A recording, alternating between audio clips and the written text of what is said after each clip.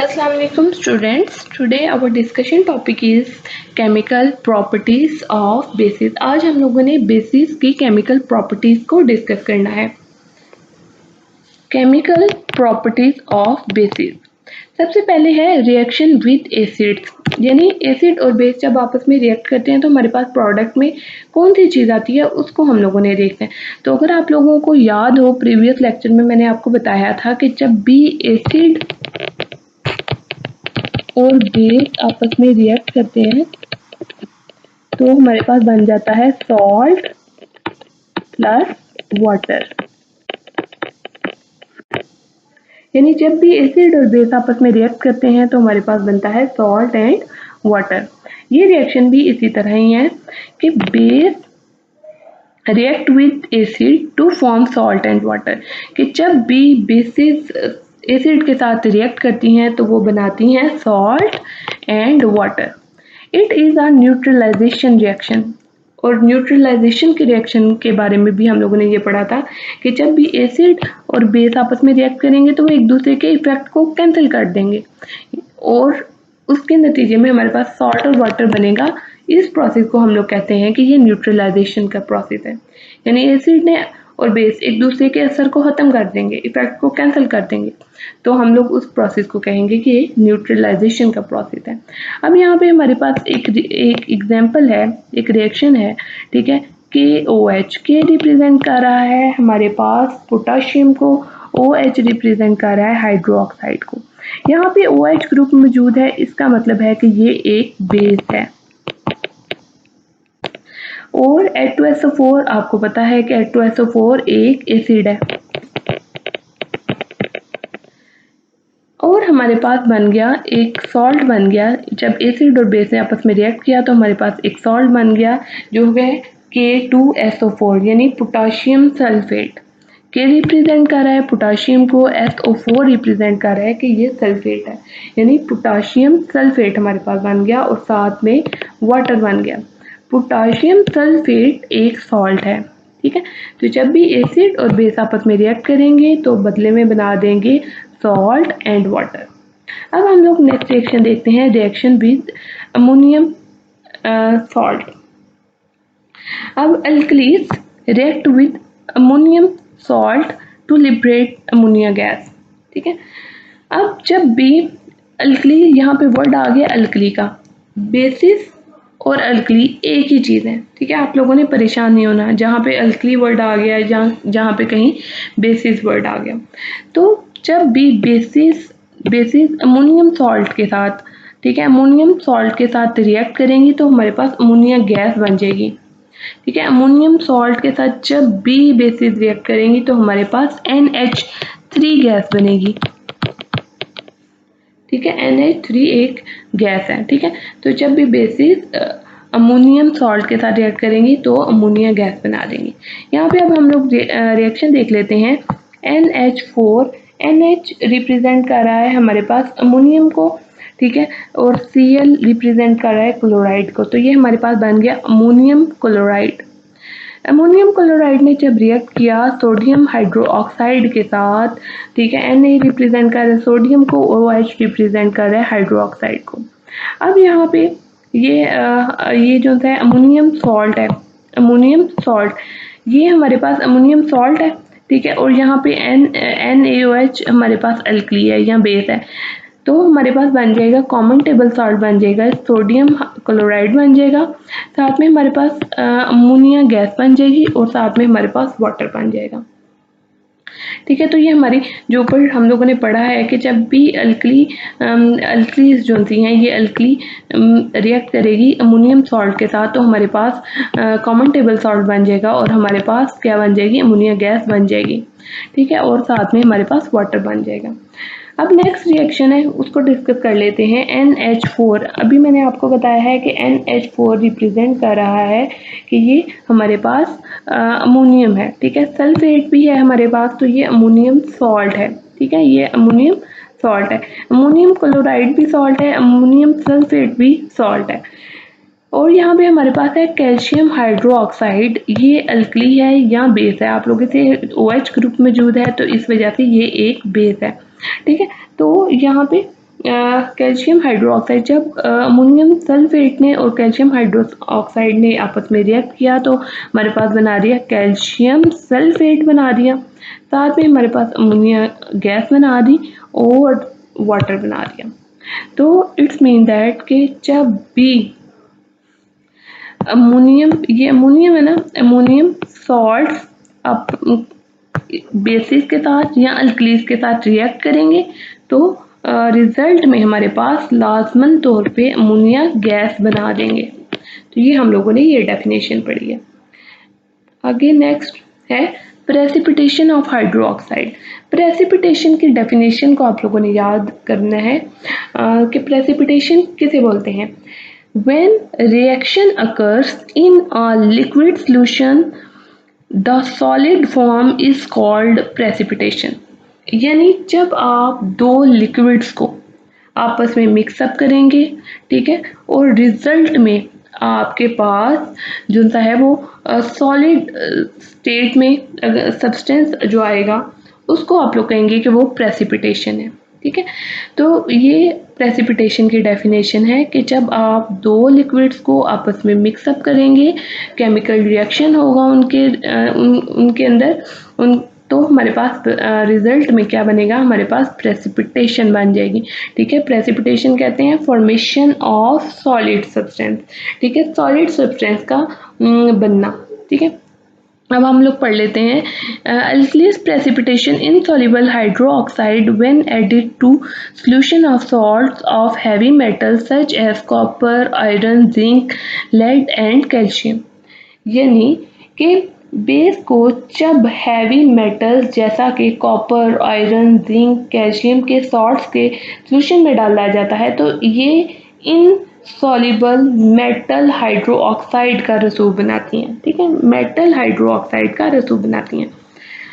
तो जब भी हैवी मेटल्स किसके साथ रिएक्ट करेंगे, बेस के साथ रिएक्ट करेंगे तो ये रिजल्ट में हमारे पास इनसॉल्युबल, इनसॉल्युबल का मतलब होता है कि जो किसी भी चीज़ में हल नहीं हो सकते, यानी वो सॉलिड स्टेट में आ जाएगी, प्रेसिपिटेशन बन जाएगी, तो इस वजह से वो इनसॉल्युबल मेटल हाइड्रोक्साइड की प्रेसिपिटेशन बन जाती है, ठीक है। अब हमारे पास है, यहाँ पे है हमारे पास Cu रिप्रेजेंट कर रहा है कॉपर को, SO4 रिप्रेजेंट कर रहा है सल्फेट को, यानी कॉपर सल्फेट एक क्या है, हैवी मेटल सॉल्ट है, ठीक है।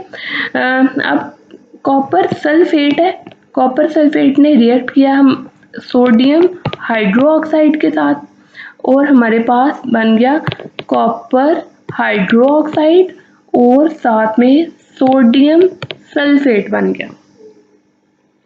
अब ये कॉपर सल्फेट लिक्विड स्टेट में है, सोडियम हाइड्रोक्साइड लिक्विड स्टेट में है, यानी ये दो लिक्विड आपस में मिक्सअप किए और हमारे पास बन गया कॉपर हाइड्रोक्साइड। ये सॉलिड स्टेट में आपके पास जो आया है, ये सॉलिड स्टेट आई है कॉपर हाइड्रोक्साइड की, ये इनसॉल्युबल मेटल हाइड्रोक्साइड की जो प्रेसिपिटेशन आई है ये सॉलिड स्टेट में है, ठीक है। और साथ में हमारे पास सोडियम सल्फेट का सॉल्ट आ गया हमारे पास। तो जब भी हैवी मेटल सॉल्ट जब भी रिएक्ट करेंगे सोडियम हाइड्रोक्साइड यानी बेस के साथ तो रिजल्ट में हमारे पास इनसॉल्युबल हाइड्रोक्साइड मेटल की प्रेसिपिटेशन आएंगी। ये मेटल है, OH जो सा है वो रिप्रेजेंट कर रहा है हाइड्रोक्साइड को, तो ये हमारे पास कॉपर हाइड्रोक्साइड की प्रेसिपिटेशन आ गई है। अब हम नेक्स्ट रिएक्शन देख लेते हैं जिंक क्लोराइड का। अब जिंक क्लोराइड Zn रिप्रेजेंट कर रहा है जिंक को, Cl रिप्रेजेंट कर रहा है क्लोराइड को। जिंक क्लोराइड ने जब रिएक्ट किया सोडियम हाइड्रोक्साइड के साथ तो हमारे पास बन गया जिंक हाइड्रोक्साइड और NaCl यानी common table salt sodium chloride बन गया हमारे पास। तो नेक्स्ट अब हम लोग देख लेते हैं कि FeCl को देख लेते हैं। Fe रिप्रेजेंट कर रहा है फेरिस को, Cl रिप्रेजेंट कर रहा है क्लोराइड को। यानी फेरस क्लोराइड ने जब रिएक्ट किया बेस के साथ NaOH यानी सोडियम हाइड्रोक्साइड के साथ, तो हमारे पास रिजल्ट में बन गया ferrous hydro oxide. Fe represent कर रहा है फेरिस को, OH रिप्रेजेंट कर रहा है हाइड्रो ऑक्साइड को, और ये सॉलिड स्टेट में है। ठीक है, फेरिस हाइड्रो ऑक्साइड, और ये जो सॉलिड स्टेट में सब्सटेंस हमारे पास आएगा वो बनेगा ब्राउन कलर का, ब्राउन कलर की पिपटी बनेगी, और साथ में हमारे पास है सोडियम क्लोराइड। ठीक है, अब हम लोग नेक्स्ट रिएक्शन देख लेते हैं। Pb रिप्रेजेंट कर रहा है लेड को, NO3 रिप्रेजेंट कर रहा है नाइट्रेट को, यानी लेड नाइट्रेट। ठीक है, लेड नाइट्रेट ने जब रिएक्ट किया सोडियम हाइड्रोक्साइड के साथ, तो हमारे पास बन गया PbOH2, यानी Pb रिप्रेजेंट कर रहा है लेड हाइड्रो ऑक्साइड। ठीक है, ये जो हमारे पास सॉलिड कलर की जो सॉल्यूशन की पीपीटी आएगी वो वाइट कलर की होगी। ठीक है, वाइट प्रेसिपिटेशन हासिल होगी और ये सॉलिड स्टेट होगी। ठीक है, साथ में हमारे पास बन जाएगा NaNO3। Na रिप्रेजेंट करते हैं सोडियम को, NO3 रिप्रेजेंट करते हैं सोडियम नाइट्रेट को। ठीक है, NO3 है तो ये क्या है, ये नाइट्रेट है। अब हम लोग नेक्स्ट रिएक्शन देख लेते हैं कि है calcium chloride. Calcium Ca represent कर रहा है कैल्शियम को, Cl2 रिप्रेजेंट कर रहा है क्लोराइड को। कैल्शियम क्लोराइड ने जब रिएक्ट किया सोडियम हाइड्रो ऑक्साइड के साथ, तो हमारे पास बन गया calcium hydro oxide and NaCl common table salt, यानी सोडियम क्लोराइड बन गया हमारे पास। नेक्स्ट रिएक्शन है फेरिस। Fe रिप्रेजेंट करता है फेरिस को, CO4 रिप्रेजेंट कर रहा है सल्फेट को। फेरिस सल्फेट ने जब रिएक्ट किया सोडियम हाइड्रोक्साइड के साथ, तो हमारे पास बन गया फेरिस हाइड्रोक्साइड और साथ में Na2SO4 बन गया हमारे पास। ठीक है, ये सोडियम सल्फेट है। Na रिप्रेजेंट कर रहा है सोडियम को और SO4 रिप्रेजेंट कर रहा है सल्फेट को। तो इस रिएक्शन को बेसिकली याद करने का ये तरीका है कि आप लोगों ने यहाँ पे इस साइड के ऊपर यहाँ पे ये जो हैवी मेटल्स के जो हमारे पास सॉल्ट्स हैं, ठीक है, यानी ये सारे के सारे जितने भी ये सॉल्ट्स हैं, ये हमारे पास है कॉपर सल्फेट है, जिंक क्लोराइड है, फेरिस क्लोराइड है, ठीक है, लेड नाइट्रेट है, ठीक है, कैल्शियम क्लोराइड है और फेरस सल्फेट है। ये सारे के सारे सॉल्ट्स हैं, हैवी मेटल्स के सॉल्ट हैं ये सारे के सारे। इन्होंने रिएक्ट करना है NaOH के साथ। आप देख लें यहाँ पे भी NOH है, यहाँ पे भी, यहाँ पे भी, यहाँ पे भी, यानी ये सारा रिएक्शन किसके साथ हो रहा है, ये सारा का सारा रिएक्शन हो रहा है NaOH यानी सोडियम हाइड्रोक्साइड के साथ। ठीक है, अब जब इन्होंने आपस में रिएक्ट कर लिया है, तो यहाँ पे जो रिजल्ट में हमारे पास प्रोडक्ट बन रहा है ना, वो आपके पास बनेगा insoluble metal hydroxide. Insoluble metal hydroxide.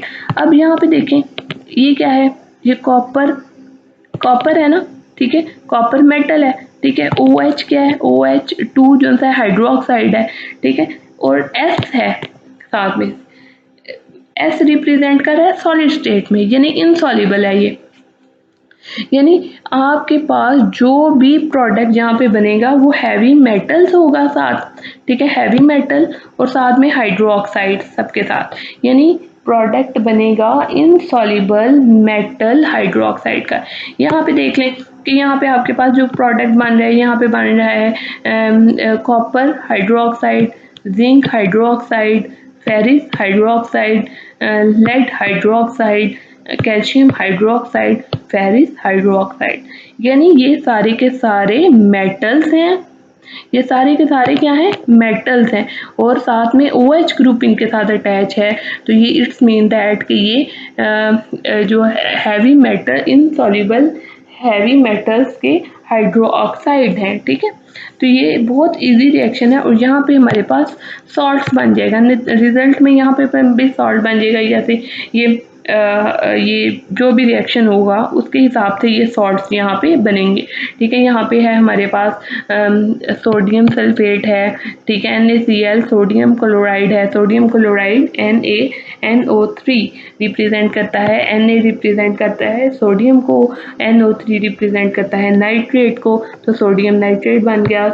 और यहाँ पे सोडियम क्लोराइड और Na2SO4 यानी सोडियम सल्फेट बन गया। ये आप लोगों को ये रिएक्शन अच्छे से समझ आ गई होगी। उम्मीद है कि जब भी हैवी मेटल्स के सॉल्ट्स बेस के साथ यानी NO हैवी मेटल्स के सॉल्ट जब भी बेस के साथ रिएक्ट करते हैं तो रिजल्ट में हमारे पास ये जो हमारे पास रिजल्ट आया है वो हमारे पास होता है इनसॉल्युबल मेटल हाइड्रोक्साइड, यानी यहाँ पे copper hydroxide, zinc hydroxide, ferrous hydroxide,